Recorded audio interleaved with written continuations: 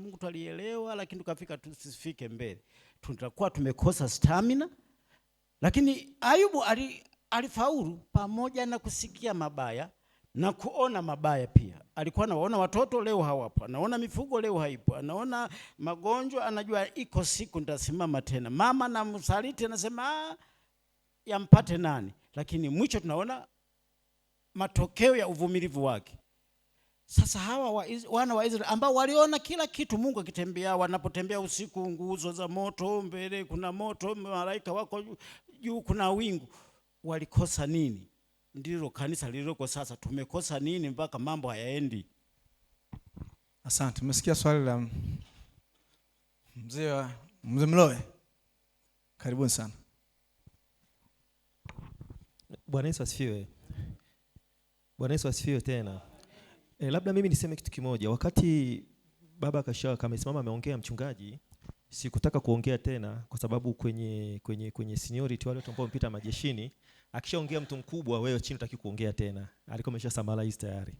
Lakini anachokiuliza mzee hapa nyuma ni kwamba baba akazungumza kitu cha msingi kabisa na ambacho ndio msingi wa swali lake yeye pia.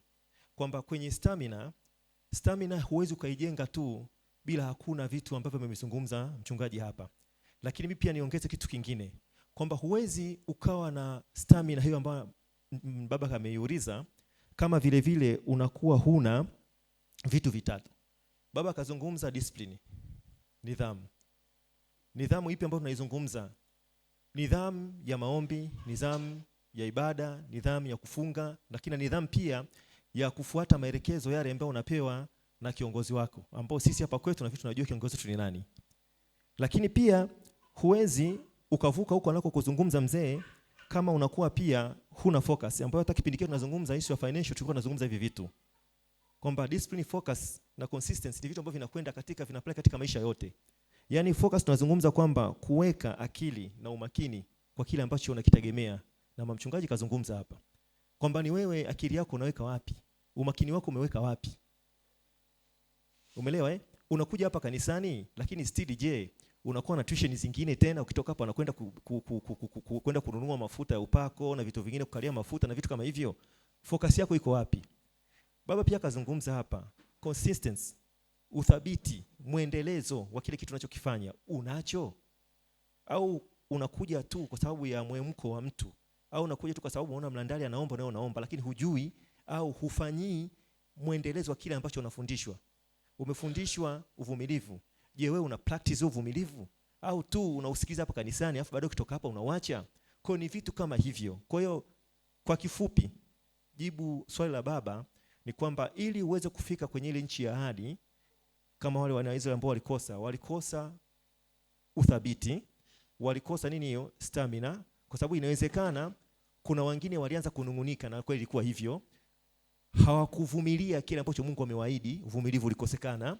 Lakini vile vile hawakuwa na focus, akili yao walikuwa wamefocus kitu gani? Lakini pia na consistency katika maisha yao ya kila siku wa kumwendea huyo Mungu ambao wanamtegemea.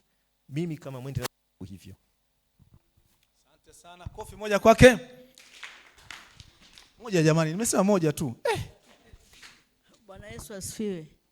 Labda na mimi nichangie kwenye hilo swali la Mloe kwamba kwa nini tunashindwa. Nilichokiona mimi kwamba sababu nyingine pia ni kwamba kwa nini Waisraeli hawakufika. Yaani nachukua kwamba wale Waisraeli kwamba kumbe kuna wakati tunaweza tukakaa mahali tukazoea. Yaani tunaanza kuvichukulia vitu yaani kirahisi kwamba tumeshakomaa, tunajua kila kitu na kujiwekea sawa sawa. Maana hata ukimchukulia kama Musa alikuwa amewaongoza wana wa Israeli vizuri tu. Asubuhi tulikuwa tuna maombi mazuri sana hapa, mtumishi wa Mungu akasema kwamba mwaka huu tunapoanza hebu twende na Mungu ili Mungu aweze kutufanya nini? Kutuongoza. Lakini mimi nafikiri kwamba kwa kitu kingine ambacho kiliwaponza Waisraeli ambacho na pia kimetuponza na sisi, baada ya kukaa kwenye wokovu muda mrefu tunaanza kuzoelea, tunaanza kutumia akili zetu, tunaanza tunakuwa sijui judgmental wenyewe, tunaweza tukajiamulia.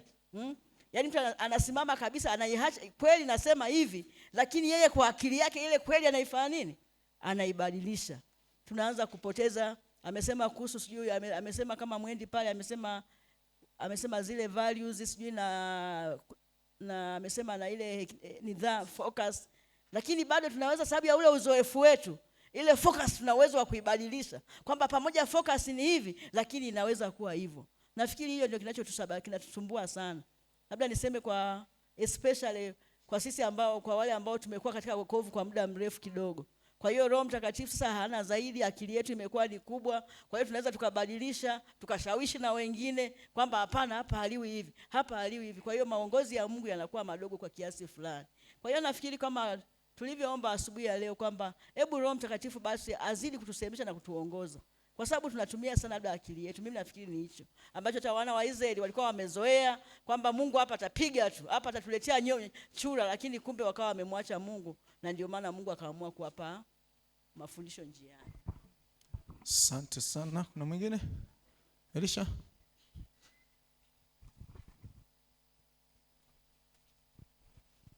Bwana Yesu asifiwe. Labda tu mimi niseme sasa hivi wakati tafakari hapa nikakumbuka neno moja inaitwa AI. Mnafahamu AI? Artificial Intelligence, akili bandia. Yaani ukitumia ile pale mambo, utumie nguvu, vitu vinajifanya vyenyewe. Sasa AI imekuja lakini AI haijaanzia kwenye teknolojia, imeanzia kwenye akili za watu. Yaani AI ipo kwenye akili za watu, ndio maana wakaitoa na kuingiza kwenye nini? Kwenye teknolojia. Si kama unanielewa hapa? Kwa sasa hivi tuna kizazi ambacho kinataka matokeo bila mchakato. Sisi tumeelewa kitaka bila nini? Bila mchakato. Kwa hiyo hata walioendesha AI wamejua kwamba wanadamu wa saizi wanataka matokeo bila mchakato. Kwa hiyo tuwaletee mchakato usio wahusu wao, unaofanya teknolojia ili wape nini? Matokeo. Watu wa Mungu, wokovu hauhitaji AI. Sawa Na jambo jingine naweza nikasema hapo ni kwamba, nikisema tunamaanisha hivi, watu wengi sana tunaishi kwenye wokovu tukiwa mtazamo hasi sana au mtofauti. Niliwahi kusema hapa siku moja, nikufundisha somo la kukua kiroho, nikasema hivi, moja wapo ya sababu kwa nini ukui kiroho ni kwa sababu ulivyookoka ulifundishwa vibaya kuhusu wokovu. Ulivyokuja kanisani ulikuja kutafuta msaada wa matatizo yako. Kwa hiyo msaada ukishapatikana unaona wokovu una maana. Au usipotokea unaona wokovu una maana. Tunapookoka tunakuja kubadilishiwa maisha. Kuanzia tunavyofikiri, tunavyowaza na tunavyoishi, kila kitu kinabadilika. Na ndio maana mwandiko anasema hivi, hatuendi kwa kuona tena, tunaenda kwa nini? Kwa imani. Kwenye kitabu cha Ibrania anasema pia mwenye haki wangu ataishi kwa nini? Kwa imani. So unaweza ukaona kwamba tunaishi tofauti sana.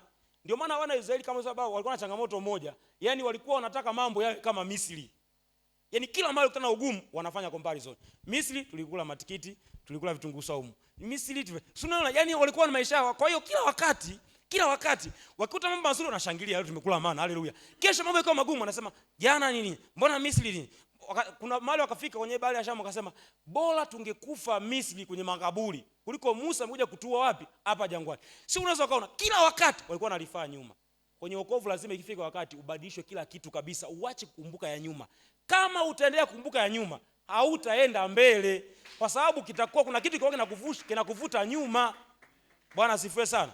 Sasa kwa sababu hiyo sasa tunaishi kwenye ulimwengu wenye AI. Kwa hiyo AI haipo kwenye teknolojia, ipo kwenye kichwa chako. Unataka vitu vitokee tu. Yaani unataka ukisema tu Baba katika jina la Yesu, unaona mambo yanatokea. AI inaweza kufanya hivyo. Unaicommand, unaipa tu maelekezo, inakutolea picha. Inaweza ikafanya hivyo. Vizuri, na mimi huwa tunafanya hivyo sisi. Unasema sasa inakupa maelekezo. Inakupa majibu. Kiroho hakuna AI, watu wa Mungu. Kanuni la Loshino kina Petro, kina Paulo, kina nani? Ina apply mpaka kwetu leo hii. Bwana asifiwe sana. Kwa hiyo huku kwenye Ukristo kuna ndio nasema nidhamu za kiroho. Haya mambo kama uyafanye, mimi nakwambia hivi, nenda magharibi, mashariki, kaskazini na kusini, ombea utakavyoombewa, fanya utakachofanya, matokeo huwezi kuyapata kama usomi neno. Kama haya mambo sio mambo ya kukupa majibu, ni mambo ya kukufanya uwe mtu mwenye nguvu. Ndio maana yake, kukuimarisha. Kama anavyosema kwenye mazoezi ya Msamia Mwendi, mazoezi hayafanyi siku moja. Juzi ulitoka mfano mmoja kule Kenya, kuna dada mmoja alikumbatia mti siku 3. Kama kuna watu waliona, alikumbatia mti siku 3. Lengo lake ni kuonyesha kwamba yeye anajali nature, anakujali utunzaji wa miti na mali asili, kwamba anajali mazingira. Siku ngapi? 3, usiku na mchana. Hajala chochote, hajaenda chooni, hajafanya nini? 3 days, masaa 72. Alipoulizwa, na kazi ya masaa 72 ilikuwa inanyesha na mvua, yuko pale anasema hivi, hii jambo sijafanya mara ya kwanza leo. Alipoulizwa akasema leo sio mara ya kwanza kufanya hivi. nimefanya mazoezi ya kutosha. Kumbatia mti. Kasema hivi, nimefanya mazoezi ya kutosha. Kwa kuna siku ya kwanza alifanya mpaka saa 3 akachoka. Siku ya pili mpaka saa 6 akachoka. Siku ya tatu masaa 12 akachoka. Mpaka akagundua kwamba masaa 72 natoboa. Alivyoweza hivyo akafanya. Na ni kweli maisha yakabadilika. Kila kitu kilibadilika kwenye maisha kuanzia siku ile. Watu wa Mungu, mambo ya Mungu yatokee mara moja. Kama uko hapa unafikiri kwamba mambo yatokea mara moja, yatokee mara moja. Lazima uendelee tena na kesho, na kesho kutwa, na kesho kutwa, na kesho kutwa. Hiyo ni ishara kwamba unajua unachokifanya na unamjua Mungu unayemwamini. Ukitaka mara moja tu, Mungu anaona kabisa huyu mtu ajue anachokitaka na aniamini mimi. Anataka vitu vitokee haraka haraka. Nilifundisha hapa nikasema maombi yanapoanza kufanyika, yanaanza kwanza kukutengeneza wewe kabla ya kusolve tatizo. Kwa sababu watu wengi sana jinsi tulivyo hatukwalify kuvipata vitu tunavyoviomba. Kwenye macho ya Mungu ni kweli unachokihitaji, ila kwenye macho ya Mungu, Mungu akikupa inakuwa kaburi lako. Inakuwa nini? Fikiria ile mentality walionayo wana wa Israeli kutoka Misri, ile akili yao ya kwanza matikiti na nini na vitunguu saumu. Mungu achukue kama walivyo awaingize Kanaani. Mimi nakwambia Kanaani ile maziwa na asali wanaofikiri kule waenda kuyavuruga yote siku moja kile tunaharibika. Bwana asifiwe sana. Mungu awabariki. Asante sana, akubariki. Pastor. Imeisha. Bwana Yesu asifiwe sana. Sasa tumesema hivi, ahadi zipo. Kinachotangulia Mungu anatuahidi, si ndio? Lakini kuna mchakato wa kupita kufikia kwenye nini? Kwenye ahadi. Bwana Yesu asifiwe sana. Na uvumilivu, tunasema uvumilivu unaenda na imani. Amen. Unaenda nini? Na imani. Hauwezi kuvumilia huku ukijua kwamba hakuna matokeo mbele yako. Amen. Unavumilia ukijua kwamba kuna nini? Kuna matokeo mbele yangu. Baada ya kuvumilia, baada ya kupita hapa, kuna taraja iko mbele yangu, kuna kitu kiko mbele yangu, kuna faida iko mbele yangu, kuna baraka ziko mbele yangu. Bwana Yesu asifiwe sana. Kwa hiyo kilichosababisha wenzetu pia wasione ni hicho tu, kuvumilia. Shida zilikuwa nyingi, walipita katika sehemu nyingi na ikukosa imani. Bwana Yesu asifiwe sana. Bwana Yesu asifiwe. Aliwazungusha, kuna sema aliwazungusha miaka 38. Sehemu moja tu. Sasa wanasema hivi, wanasema tena Biblia inasema alikuwa anarudia mahali pale pale. Yaani kama mtu anaenda, utakuangalia ile ramani. Yaani watu wako wanapita tu. Wanazungukia hapa. Yaani wanaenda sasa uangalie hivi, hata miguu wanapita hapa tulishapita. Jamani, wewe tunaelewa kama hapa nimepita hapa, si ndio? Lakini wale jamaa wamepita miaka 38 years. Wanapita wanazunguka pale wanazunguka miaka 38. Kwa hiyo kuna wakati mwingine Mungu atatuzungusha kwenye eneo lile hatutoki kiroho. Tuko pale kwa sababu ya nini? Ya kukosa imani na uvumilivu kwa Mungu. Bwana Yesu asifiwe sana. Bwana Yesu asifiwe sana. Maana yake hatuqualify kwenda kwingine kule, kwenye hatua nyingine huwezi qualify. Watu huwa hawavuki kwenda daraja jingine kuko na mitihani ya kupima, si ndio? Usivuka huo mtihani, usifaulu vizuri huo mtihani, huwezi kwenda daraja jingine la juu. Bwana Yesu asifiwe. Kwa kuna wakati Mungu atatusabilisha watu hapa. Baba hujaiva vizuri wewe. Enda kubaki hapa. Ameongelea kwamba kule Kanaani hawasingeingia tu, yani kule watu ambao bado wanawaza makaya mambo ya madogo. Waliingia watu Kanaani. Waliingia wakina nani kule? Tunakumbuka ndio kina nani kule? Wewe ndio wawili tu waliingia kule. Wawili kati ya watu wengi ambao walikuwa wanatoka kule katika safari ya kutoka Misri. Wengi waliangamia pale. Na hata Musa aliangamia, wengine alisema aliziona kwa mbali tu zile baraka. Wachache waliingia pale. Yes, waliingia. Bwana asifiwe sana. Na Mungu akawapa ahadi zake. Tulisoma kuhusu Caleb hapa, sio tuliona ile. Alidai baraka zake kwa miaka 85. Bwana asifiwe sana.